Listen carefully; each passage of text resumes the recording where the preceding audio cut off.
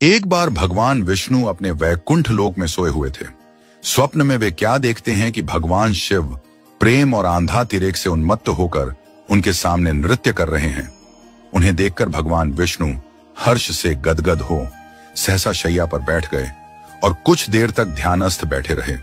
उन्हें इस प्रकार बैठे देखकर श्री लक्ष्मी जी उनसे पूछने लगी कि भगवान आपके इस प्रकार बैठने का क्या कारण है।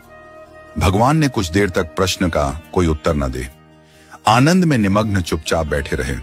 अंत में उन्होंने गदगद कंठ से बताया कि अभी अभी स्वप्न में मैंने भगवान श्री महेश्वर का दर्शन किया है। उनकी छवि ऐसी अपूर्व, आनंदमय एवं मनोहर थी कि देखते ही बनती थी। मालूम होता है शंकर ने मुझे स्मरण किया है। अहो भाग्य, चलो कैलाश चलकर हम लोग महादेव के दर्शन करें। यह कहकर दोनों कैलाश की ओर चल दिए। मुश्किल से आधी दूर गए होंगे कि क्या देखते हैं, भगवान शंकर स्वयं गिरिजा जी के साथ उनकी ओर चले आ रहे हैं। अब भगवान के आनंद का क्या ठिकाना, मानो घर बैठे निधि मिल गई। पास आते ही दोनों परस्पर बड़े प्रेम से मिले। प्रेम आनंदाश्रु बहाने लगे और शरीर पुलकायमान हो गया। दोनों ही एक दूसरे से लिपटे हुए कुछ देर मुंह कौध खड़े रहे। प्रश्नोत्तर होने पर झांत हुआ कि शंकर जी को भी रात्रि में इसी प्रकार का स्वप्न आया था, जिसमें विष्णु भगवान को वे उसी रूप में देख रहे हैं जिस रूप में वे अब उनके सामने हैं खड़े थे। दोनों के स्वप्न वृत्तांत जानने पर दोनों ही एक दूसरे से अपने यहां लिवा ले जाने का आग्रह करने लगे। नारायण कहते वैकुंठ चलो और शंभु कहते कैलाश की ओर प्रस्थान कीजिए। दोनों के आग्रह में इतना अलौकिक प्रेम था कि यह निर्णय करना कठिन हो गया कि कहां चला जाए।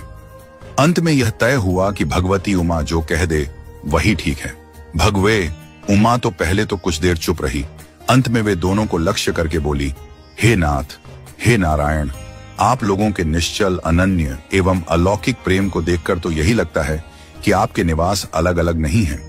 जो कैलाश है वही वैकुंठ है और जो वैकुंठ है वही कैलाश है। केवल नाम ही भेद है।